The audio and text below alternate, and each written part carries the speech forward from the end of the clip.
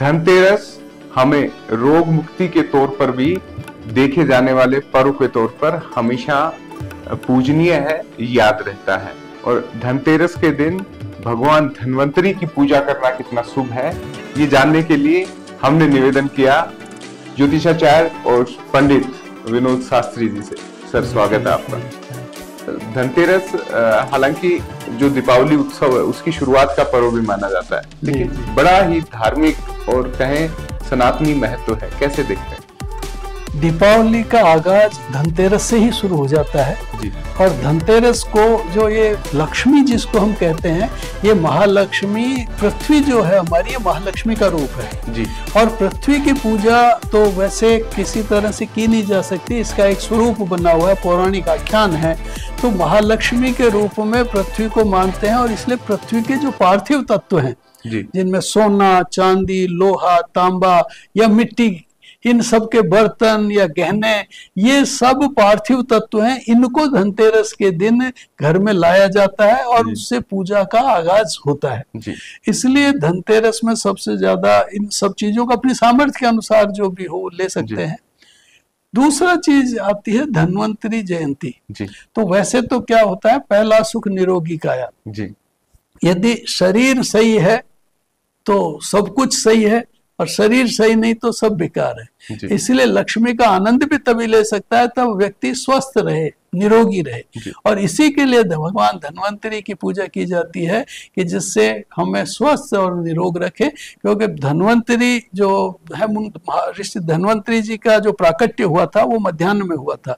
इसलिए ये जरूर है कि कुछ शास्त्रीय दृष्टि से धनतेरस एक दिन है, धन्वंतरी त्रयोदशी दूसरे दिन है, क्योंकि मध्याह्न में दूसरे दिन रहेगी।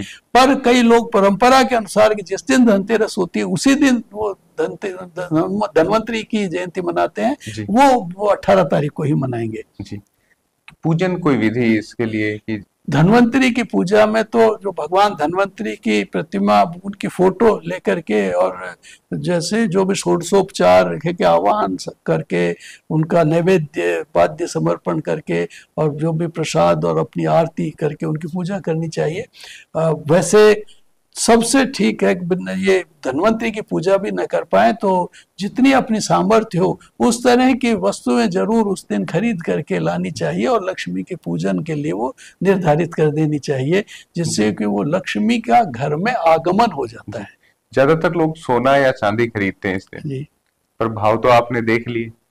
तो आप यहाँ हैं तो हम एक सजेशन भी चाहेंगे कि कम पैसे में लोगों को जो उनकी भावनाएं हैं वो भी पूरी हो जाए, और ऐसा भी नहीं लगे कि हमने महंगी चीज यानी सोना और चांदी की बजाय कोई दूसरी धातु में हम गए। वैसे तो जो लक्ष्मी का स्वरूप सोने में ही नहीं होता, न चांदी में होता, वो मिट्टी में भी होता है जी। इसलिए उस दिन मिट्टी के भी बर्तन, मिट्टी का बर्तन तो सोने चांदी से भी महत्वपूर्ण होता है।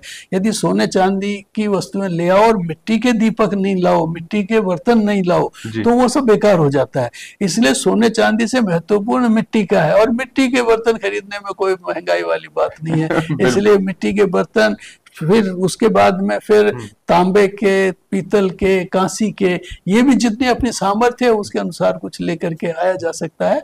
और उससे प्रभु भगवती जो है वो प्रसन्न रहेगी, क्योंकि उसका प्रतिनिधित्व है, उसका जब उसका वो प्रतिनिधित्व करती हैं वो धातुएं, और वो जो पूजा में रखी जाती हैं तो वो निश्चित रूप से वो सुख शांति समृद्धि की कारक बनती है। ऑफिस पूजन भी शुरुआत हो जाती है जी धनतेरस से ही, तो उसके लिए क्या ध्यान रखना चाहिए? जो लोग बाहर जा रहे हैं, दीपावली पर नहीं रहेंगे, उनके लिए क्या? ऑफिस पूजन तो धनतेरस और धनतेरस से पहले ही पुष्य नक्षत्र से हो जाती है। जैसे आज पुष्य नक्षत्र था, आज से पहले भी गए कल में भी पुष्य नक्षत्र था, तो पुष्य नक्षत्र से भी हो जाती है। पर धनतेरस को अपने कार्यालय में, प्रतिष्ठानों में, जहाँ भी अगर दिवाली पर बाहर जा रहे हैं तो वहाँ पूजा करके बाहर जाया जा सकता है। कुछ विशेष ध्यान रखें क्योंकि कार्यस्थल से ही समृद्धि की ओर बढ़ा जाता है। विशेष ध्यान तो देखिए, वैसे तो ध्यान रखने की बात तो भौतिक वस्तुओं की पूजा से ध्यान की जरूरत नहीं है, क्योंकि मन का, तन का और भौतिक पदार्थों के दारिद्र्य को निकालने का ये पर्व है।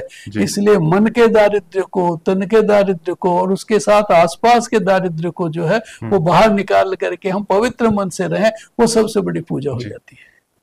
सोना चांदी ठीक है, लेकिन सबसे ज्यादा चिंता में लोहा डालता है, और लोग धनतेरस पे वाहन भी खरीदते हैं। हाँ, वाहन खरीद सकते हैं, वाहन का तो एक लोकाचार बना हुआ है। बाकी वाहन खरीदने का ये आजकल प्रचलन चला है, पर पहले तो धातुएं ही खरीदने का था, पर लोहा खरीदना भी वो भी पार्थिव। कोई सावधानी जो रखनी पड़े जब लोहा घर में ला रहे हो तो? लोहा घर में लाने वक्त तो गणेश जी की पूजा जरूर कर देनी चाहिए, उस पर स्वस्तिक कर देनी चाहिए, शुभ लाभ लिख देने चाहिए, जिससे कि वो हमेशा मांगलिक स्थिति में विचरण करे। जी। तो धनतेरस का पूजन आप कर रहे हैं, तो एक महत्वपूर्ण समय भी होता है कि इस वक्त आप पूजन कर सकते हो। इस बार क्या समय निर्धारित आपने किया? धन्वंतरी जो धनतेरस का पूजन तो देखिए सूर्यास्त के बाद में प्रदोष काल में ही होता है, जो 5:50 5:49 के बाद में 2 घंटे 21 मिनट का है, उस समय पूजा दीपक जला करके और पूजा करें। उससे पहले दिन में आप कभी भी कोई सामग्री खरीद करके ला सकते हैं, धातु, सिक्के, बर्तन, वस्त्र, जो भी वस्तुएं हैं जो काम आएंगी भगवती के लिए, वो लेकर के आ सकते हैं। उसके लिए कोई समय निर्धारित? कोई विशेष समय में बंधना नहीं चाहिए। जी, थैंक यू हमारे साथ जुड़ने के लिए। तो आप थे पंडित ज्योतिषाचार्य विनोद शास्त्री जी। धनतेरस पर क्या सावधानी रखें और कैसे सुख समृद्धि को अपने दरवाजे पर लेके आए, इसके लिए कुछ महत्वपूर्ण टिप्स आपको दी है। फिलहाल के लिए दीजिए इजाजत।